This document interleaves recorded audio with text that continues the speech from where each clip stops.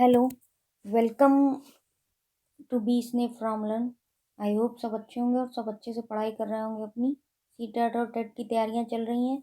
आज हम English topic पढ़ेंगे। आज हमारा टॉपिक होगा इंग्लिश। इंग्लिश में जो एरर्स आ जाते हैं टेट या सी टेट में या सुपर टेट में, तीनों में, तो जो एरर आ जाते हैं उससे रिलेटेड एक टॉपिक है नरेशन। सबने ये टॉपिक पढ़ा होगा, नरेशन। नरेशन मतलब डायरेक्ट एंड इनडायरेक्ट। हम आपको डायरेक्ट इनडायरेक्ट को करना नहीं बता रहे हैं, हम ये बताएंगे कि इसमें एरर कैसे फाइंड आउट की जाती है। नरेशन से भी एरर आ जाती है, वो कैसे फाइंड आउट की जाती है। देखिए, इसके कुछ रूल्स होते हैं, वो हम आपको इसमें डिक्टेट करेंगे। इनको आप चाहें तो लिख सकते हैं, नोट कर सकते हैं। तो पहला तो हमको ये पता होना चाहिए नरेशन होता क्या है। किसी भी चीज को पढ़ने से पहले ना एकदम रटा नहीं जाता, उसको पूरी स्टार्टिंग से समझा जाता है कि ये शब्द क्यों आया, क्या मतलब है इसका, कहाँ से लिया गया, इसके अंदर क्या क्या आता है। जैसे एक हमारा नाम दे दिया जाता है ना, हमको नाम दिया गया हमारे नाम का, तो हम आपको क्यों सिखाया जाता है कि मेरे नाम का मतलब ये है। फिर कभी कभी ये भी पूछा जाता है किसने आपका ये नाम रखा। वो नाम ही इतना इम्पोर्टेंट होता है, उसी से रिलेटेड कई चीजें पूछी जाती है जो हमको पता होनी चाहिए। ऐसे ही कोई भी टॉपिक पढ़ो, उस शब्द का क्या, उस टॉपिक का क्या मतलब है, उस शब्द का क्या मतलब है, वो पहले पता होना चाहिए। इसीलिए पहले पता हो कि नरेशन क्या होता है। नरेशन क्या होता है? नरेशन जो वर्ड है वो नरेट से बना है। नरेशन जो वर्ड है वो नरेट शब्द से बना है, जिसका मतलब होता है कहना। इसका मतलब क्या होता है? कहना। नरेशन वर्ड नरेट शब्द से बना है, जिसका अर्थ होता है कहना। ठीक है। नरेशन के का और भी कई वर्ड होते हैं। नरेशन को और भी कई वर्डों में कह सकते हैं, जैसे स्टेटमेंट कह सकते हैं। जैसे क्या कह सकते हैं? स्टेटमेंट कह सकते हैं। फर्स्ट सेकंड असर्शन भी कह सकते हैं। क्या कह स्टेटमेंट भी कह सकते हैं, असर्शन भी कह सकते हैं, डिक्लेरेशन भी कह सकते हैं। ये हमको बात पता होनी चाहिए कि नरेशन पढ़ाई जब करते हैं ना तो टू द पॉइंट पढ़ना चाहिए। ये बात है कि टू द पॉइंट पढ़ना चाहिए केवल सिलेक्शन लेंगे, पर ये सब कुछ बातें होती हैं जो लाइफ में आगे भी काम आती रहती हैं, तो हमको ये सब चीजें भी पता होनी चाहिए। नरेशन क्या होता है? नरेशन नरेट वर्ड से बना हुआ है। किससे बना हुआ है? नरेशन नरेट वर्ड से बना है, इसका मतलब होता है कहना। नरेशन को स्टेटमेंट भी बोलते हैं, असर्शन भी बोलते हैं, और क्या बोलते हैं? डिक्लेरेशन भी बोलते हैं। ये तीन वर्ड नरेशन को हम लोग बोल सकते हैं।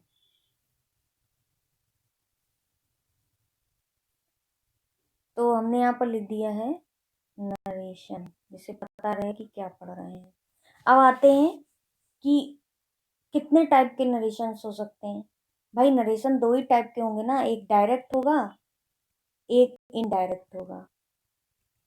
मतलब एक इंसान जो है एक डायरेक्ट बात को कहेगा अपनी, हाँ, और एक एक बात कैसे कहेगा, उसी बात को जब कोई दूसरा पर्सन रिवाइज करेगा, दूसरा पर्सन बोलेगा, तो वो अपनी लैंग्वेज में बोलेगा। लेकिन जब वो किसी दूसरे की बात बोलेगा तो वो क्या हो जाएगी? इनडायरेक्ट। Not direct, indirect. तो वो इनडायरेक्टली किसी बात को कहेगा। तो हम लोग लैंग्वेज में जब बोलते होंगे तो हम लोग ये कह देते होंगे नहीं, वो उनका जो है इनडायरेक्टली वो मतलब था, डायरेक्टली मतलब नहीं था। वो कह कुछ रहे थे पर उसके अंदर जो बात छुपी हुई थी ना वो इनडायरेक्टली थी। वही सेम चीज की नरेशन, किसी बात को कहने के दो तरीके होते हैं, एक डायरेक्ट कहा जाता है, एक इनडायरेक्ट कहा जाता है। ठीक है। अब आओ, तो जो डायरेक्ट में जो एज इट इज जो बात कही जाती है, डायरेक्ट पर्सन बोलता है, वो एज इट इज लिख दी जाती है। तो उसके लिए तो अपने को पता ही है कि जब हम एज इट इज उस बात को लिख देते हैं तो वो बात हमारी इस ऐसे कॉमा के अंदर लिखी जाती है। कैसे लिखी जाती है? ऐसे कॉमा के अंदर लिखी जाती है। ये जो बात हमारी डायरेक्ट होती है, बट जो हमारी बात इनडायरेक्ट होती है उसमें हम इनको क्या करते हैं? रिमूव कर देते हैं, और उसके उसी से रिलेटेड हमारी एरर होती है, क्योंकि टाइप अलग अलग टाइप के सेंटेंसेस में इनडायरेक्ट वे में जब हम बात कहते हैं तो उसमें किसी में टू लग जाता है, किसी में दैट लग जाता है, किसी वर्ड के साथ इफ लग जाता है, किसी के साथ वेदर लग जाता है, यही समझने वाली बात होती है कि किसके साथ क्या लगता है, इसी में हम कंफ्यूज रहते हैं। तो हमने भी पढ़ा नरेशन दो तरीके से हो सकते हैं, एक कोई बात अपनी डायरेक्ट कहेगा और एक कोई बात अपनी इनडायरेक्ट कहेगा। अब नेक्स्ट पॉइंट आता है कि जैसे मान लीजिए अब डायरेक्ट कहेगा तो जो कह रहा है, अब हमको उसमें भी पढ़ना है कि जो डायरेक्ट बात कहेगा वो, ये हमें नरेशन की कुछ इंपॉर्टेंट जो पॉइंट्स हैं वो हमको याद रखने हैं, इंपॉर्टेंट पॉइंट्स हैं वो हमको याद रखने हैं। क्या पॉइंट्स हैं इंपॉर्टेंट? कि दो पार्ट होते हैं। जैसे मान लीजिए एक हमारा ये सेंटेंस है, Mohan said to his friends, Mohan said to his friends we are lucky. ये हमारा दो पार्ट्स हो गया, ये हमारा दो पार्ट में हो गया। एक ये पार्ट हो गया और एक ये पार्ट हो गया, एक ये हो गया, सेकंड नंबर ये पार्ट हो गया। अब हमको बताना है कि जो ये इसने कहा, इससे अपने दोस्त से कहा, तो ये जो कह रहा है इसको हम बोलेंगे रिपोर्टिंग स्पीच। इसको हम क्या बोलेंगे? Reporting speech. इसको हम बोलेंगे रिपोर्टिंग स्पीच। और जो बात कही है किसने? इसने, उसको हम बोलेंगे रिपोर्टेड स्पीच। जो बात कही गई उसको बोलेंगे रिपोर्टेड स्पीच, और जो बात कह रहा है उसको बोलेंगे रिपोर्टिंग स्पीच। रिपोर्टिंग स्पीच हो गया और रिपोर्टेड स्पीच हो गया।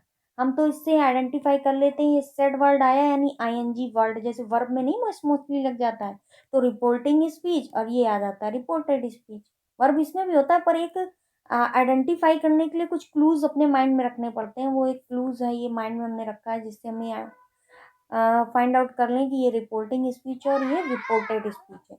कभी कभी अब क्या है ना, क्वेश्चंस के लेवल अब बढ़ने लगे हैं, उन उन क्वेश्चंस के जो लेवल बढ़ने लगे हैं उनमें अब ऐसे भी पॉइंट्स आ जाते हैं कि इनमें इनमें ये चीज़ होती है, इनमें ये चीज़ होती है। तो उसके लिए हमको ये पता होना चाहिए, किसी भी कॉन्सेप्ट का जब तक बेसिक नहीं समझेंगे तब तक आप, कहते हैं ना कि बिल्डिंग का जब तक आप नींव नहीं स्ट्रांग रखेंगे तब तक आपकी इमारत जो है स्ट्रांग नहीं होगी। रिपोर्टिंग स्पीच में क्या होता है, अब एक ये इम्पोर्टेंट पॉइंट आपको समझना पड़ेगा। कभी कभी सेंटेंस बहुत घुमा फिरा के दे देता है, तो आपको एक बेसिक पॉइंट पता होना चाहिए कि रिपोर्टिंग स्पीच हम कैसे कैसे ले सकते हैं। रिपोर्टिंग स्पीच जो है हम कैसे लिख सकते हैं? सेंटेंस के बिगिनिंग में भी लिख सकते हैं, सेंटेंस के बिगिनिंग में भी इसको लिख सकते हैं, सेंटेंस के एंड में भी इसको लिख सकते हैं, और सेंटेंस के मिड में भी इसको लिख सकते हैं। तो रिपोर्टिंग स्पीच जो है तीन तरीके से लिखी जा सकती है, बिगिनिंग में भी लिखी जा सकती है, एंड में भी लिखी जा सकती है, और मिड में भी लिखी जा सकती है। नेक्स्ट आता है पॉइंट हमारा, अब ये तो समझ गए होंगे ना कि रिपोर्टिंग स्पीच सेंटेंस के मिड में, जो हमने एक पॉइंट बताया था ना, मोहन सेड, ये जो रिपोर्टिंग, यही तो रिपोर्टिंग स्पीच थी। ये जो होगी वो सेंटेंस के बिगिनिंग में भी आ जाती है, सेंटेंस के एंड में भी आ सकती है, और सेंटेंस के मिड में भी आ सकती है। अब समझ में आ गया ना, सेंटेंस के एंड में भी आ सकती है। अब नेक्स्ट हमारा आता है, जस्ट मिनट, ये लिख दें इंपॉर्टेंट पॉइंट्स। नेक्स्ट हमारा आता है कि चेंज करने के क्या क्या रूल्स होते हैं। कुछ तो बहुत जनरल रूल होते हैं, कुछ हमारे क्या होते हैं, बहुत जनरल रूल होते हैं। सेंटेंस को चेंज करने के कुछ हमारे बहुत जनरल रूल होते हैं,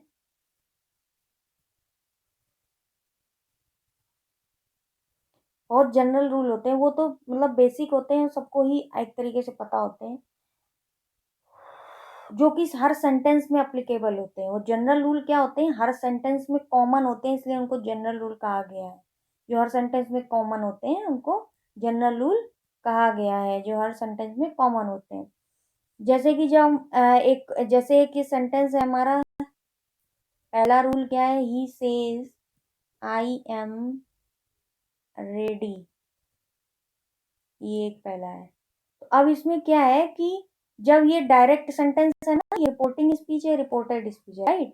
तो अब हम जब इसको इनडायरेक्ट बनाएंगे तो जाहिर सी बात, हम ये कॉमा हटाकर दैट लगा देंगे, दैट कन्वेंशन का यूज करेंगे, कॉमा हटाकर तो ये कॉमन सा एक फर्स्ट पहला जनरल रूल है कि कॉमा हटाकर दैट का यूज कर देंगे, ये जरूरी नहीं है। इस सेंटेंस के अकॉर्डिंग दैट का यूज किया गया है, ध्यान रखना, इस सेंटेंस के अकॉर्डिंग दैट का यूज किया गया है। नेक्स्ट हमारा पॉइंट आता है जब हमारा रिपोर्टिंग वर्ब किसमें होगा, जब हमारा रिपोर्टिंग वर्ब प्रेजेंट टेंस में होगा, जब हमारा रिपोर्टिंग वर्ब, तो जब रिपोर्टिंग वर्ब प्रेजेंट टेंस या फ्यूचर टेंस में होगा, किसमें होगा, प्रेजेंट टेंस और फ्यूचर टेंस में क्या होगा, रिपोर्टिंग वर्ब। अभी बता चुके हैं हम कि रिपोर्टिंग वर्ब क्या होती है, रिपोर्टिंग स्पीच क्या होती है, हम बता चुके हैं।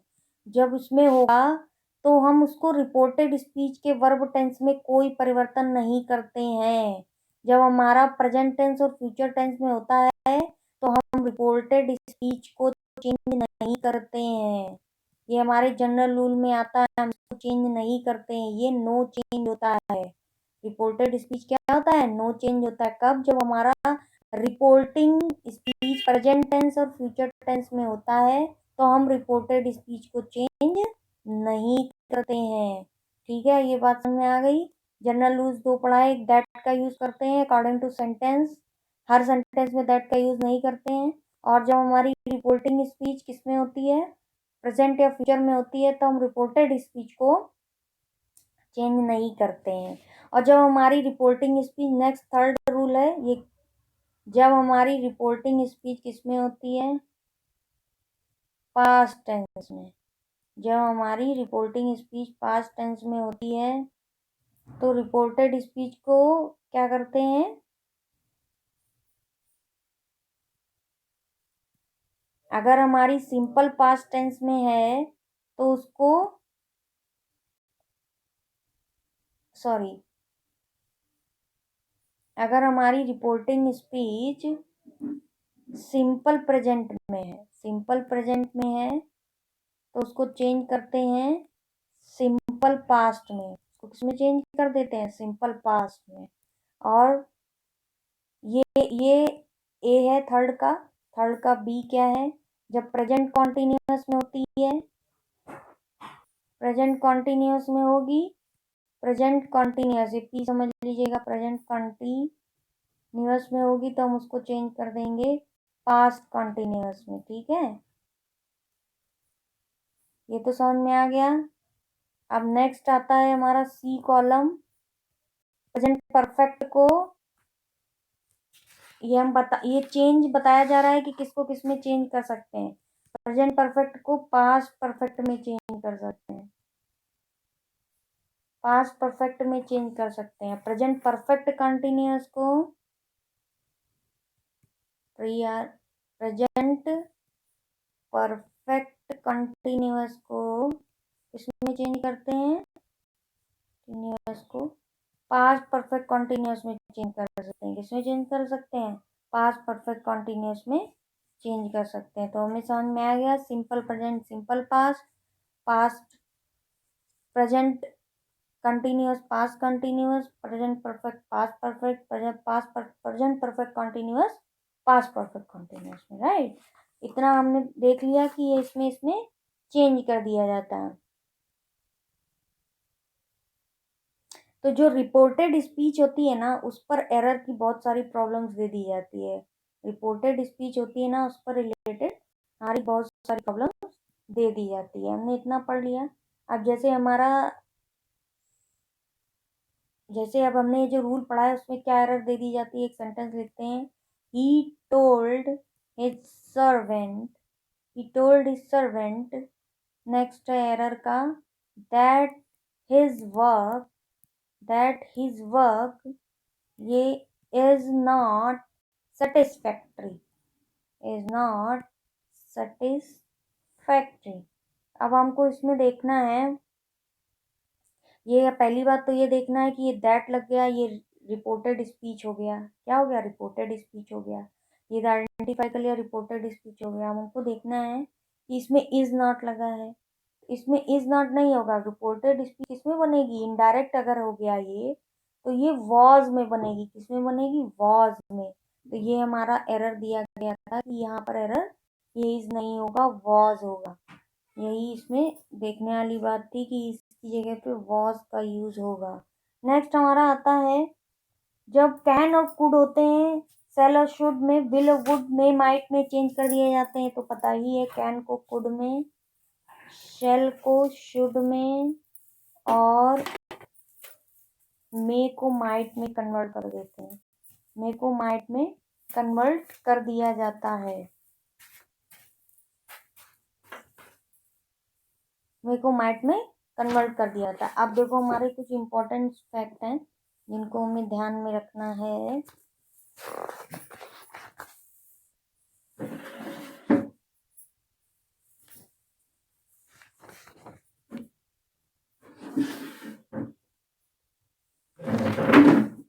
ये हमारा नेक्स्ट हमारा आता है कि यदि कोई, जैसे एग्जाम्पल हम पहले लिखते हैं the times of India, the times of India says. अब इसी में जो कंटिन्यू कर रहे हैं, जो भी एरर होगा ना वो फाइंड आउट करना है आपको। We are trying our best to keep you well informed, well informed. अब इस सेंटेंस में क्या है कि जो हमारा वी आर है, जो हमारा वी आर है ये डायरेक्ट है। जो हमारा वी आर है तो ये जो जिसमें हमारी यदि कोई मैगजीन और न्यूज़पेपर का वर्ण एक्सप्लेन हो जाता है और हम उसमें रिपोर्टेड स्पीच में वी आर का यूज करते हैं, वी का यूज करते हैं, आर का यूज करते हैं, अस का यूज करते हैं, तो हमारी जब इनडायरेक्ट नरेशन बनती है, इनडायरेक्ट नरेशन बनती है यानी कि जब हम उसको चेंज करते हैं इनडायरेक्ट नरेशन में, तो हम वी की जगह पे इट का यूज करते हैं और आर, अस, इट, इट्स में चेंज कर दिया जाता है। किसमें चेंज कर दिया जाता है? इट और इट्स में चेंज करके लिखा जाता है। जैसे ये डायरेक्ट नरेशन है, हम इसका चेंज करेंगे, अगर इसको हम इनडायरेक्ट में चेंज करेंगे तो क्या हो जाएगा? The times of India. यही एरर जो है वो दे दिए जाते हैं जब हमारी कोई मैगजीन की बात होगी, मैगजीन और न्यूज़पेपर की बात होगी, तो उसमें हम उसको इनडायरेक्ट नरेशन में चेंज कैसे करेंगे? वी की जगह पर इट का यूज कर देंगे और जहां पर अवर अस आएगा वहां हम इट्स का यूज कर देंगे, इट्स का यूज कर देंगे।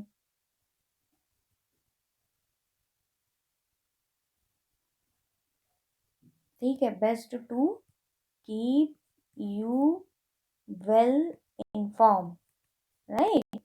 ये हो गया हमारा, ये हमारा पहला रूल था। क्या रूल था?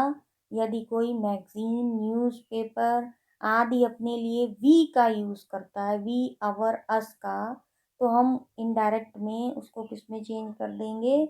उसमें हम चेंज कर देंगे इट, इट्स और इट में चेंज कर देंगे। यदि रिपोर्टिंग वर्ब में ऑब्जेक्ट का प्रयोग नहीं होगा, सेकंड रूल हमारा क्या है कि यदि रिपोर्टिंग वर्ब में ऑब्जेक्ट नहीं होगा, यदि रिपोर्टिंग वर्ब में क्या नहीं होगा? ऑब्जेक्ट नहीं हो, तो रिपोर्टेड स्पीच में क्या करेंगे? तो रिपोर्टेड स्पीच में चेंज करते समय हम क्या करेंगे? यू का प्रयोग, रिपोर्टेड स्पीच में यू का प्रयोग हो। अगर यदि रिपोर्टिंग स्पीच में ऑब्जेक्ट नहीं है और रिपोर्टेड स्पीच में यू का प्रयोग हो, तो उस यू को हम किसके अनुसार बदल देते हैं? थर्ड पर्सन या फर्स्ट पर्सन के, थर्ड पर्सन या फर्स्ट, मोस्टली थर्ड पर्सन या फर्स्ट पर्सन में बदल दिया जाता है, क्योंकि यू क्या होता है? Second person. यू क्या होता है? Second person. तो यू, अब ये तो पता ही होगा first person, second person, third person क्या होता है? आई वी यू दे, ये होता है। आई वी यू दे क्या होते हैं? आई क्या होता है? आई और वी क्या होता है? First person. यू क्या होता है? Second person. And the third person, he, she, it, they जो भी होते हैं वो थर्ड पर्सन होते हैं। ये सब क्या होते हैं? थर्ड पर्सन होते हैं। थर्ड पर्सन में किसमें? सब्जेक्टिव अभी बताया है, ऑब्जेक्टिव और पजेसिव इनका नहीं बताया है।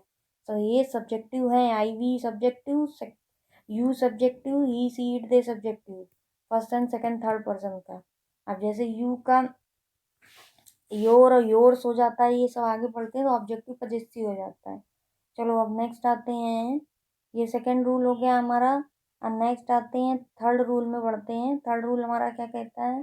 थर्ड रूल हमारा कहता है अगर सेंटेंस में एरर में दिया है, अगर सेंटेंस में दिया है टोल्ड का प्रयोग नहीं हुआ है, अगर सेंटेंस में टोल्ड का प्रयोग नहीं होता है, कब?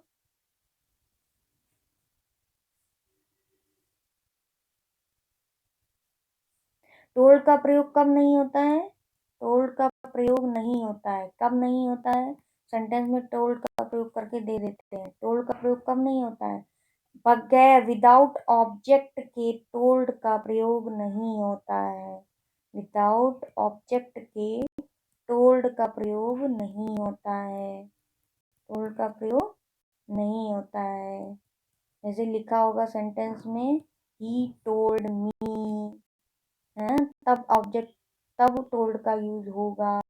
ही सेज लिख सकते हैं, ही सेज लिख सकते हैं, लेकिन टोल्ड जब आएगा उसके बाद ऑब्जेक्ट जरूर आएगा। बिना ऑब्जेक्ट के यूज नहीं होगा। बिना ऑब्जेक्ट के टोल्ड यूज नहीं होगा। ये ध्यान रखना है कि बिना ऑब्जेक्ट के टोल्ड का यूज सेंटेंस में नहीं होता है। नेक्स्ट हमारा आ जाता है टॉपिक। अब जैसे कि ये नेक्स्ट जो भी नंबर हो आप लिख लीजिएगा। नंबरिंग मैं भूल गई क्या नंबरिंग थी। जैसे एक नेक्स्ट सेंटेंस आता है सी सेड मी। अच्छा, ये टोल्ड के बाद ऑब्जेक्ट आता है, टोल्ड के बाद ऑब्जेक्ट आएगा तभी टोल्ड का यूज होगा। ऐसा क्यों होता है? क्योंकि टोल्ड किसका सेकंड फॉर्म होती है? टेल की, टेल की। और टेल क्या होता है? एक ट्रांजिटिव वर्ब होता है। टेल क्या होता है? एक ट्रांजिटिव वर्ब होता है। तो जब टेल एक ट्रांजिटिव वर्ब होता है तो ट्रांजिटिव वर्ब में ऑब्जेक्ट तो यूज होगा ना, तो सिंगल टोल्ड यूज नहीं होगा। जब हमारा टेल एक ऑब्जेक्ट लेके आएगा तो हम उसको यूज कर लेंगे। अभी एक सेंटेंस में सी सेड और सी सेड टू मी। अब बताओ कौन सा करेक्ट है? ये वाला गलत है, ये वाला सही है। तो आप समझ गए ना, सेड के बाद, सेड के बाद, सेड को जो हम यूज करते हैं, अगर सेड के बाद कोई ऑब्जेक्ट आया है, क्या है? अगर सेड के बाद कोई ऑब्जेक्ट आया है तो उसके बीच में टू का यूज किया जाता है। और ऐसे एरर दे देते हैं, said to me, said, he said to me. तो बिना ऑब्जेक्ट के सेड नहीं यूज किया जाएगा। बिना ऑब्जेक्ट के सेड क्या होगा? नहीं यूज किया जाएगा। बिना ऑब्जेक्ट के टू का यूज नहीं होगा। ठीक है ना? बिना ऑब्जेक्ट के क्या होगा? टू का ही नहीं होगा। आई होप समझ गए होंगे। जैसे एक सेंटेंस में लिखा है ही सेड, ही सेड मी, और एक लिखा है ही सेड टू मी। तो ये हमारा जो है वो ऑब्जेक्ट है। किसी नाउन की क्लास लेंगे तो आपको बताएंगे कैसे रिकॉग्नाइज किया जाता है कि सब्जेक्ट है ऑब्जेक्ट है। बहुत इजी होता है। ही सेड मी, तो ये क्या होता है? ये गलत हो जाएगा। ऑब्जेक्ट जब लगेगा सेड के बाद तो बीच में टू का यूज होगा। ये करेक्ट है। आगे के रूल्स नेक्स्ट क्लास में कंटिन्यू करेंगे। Thank you.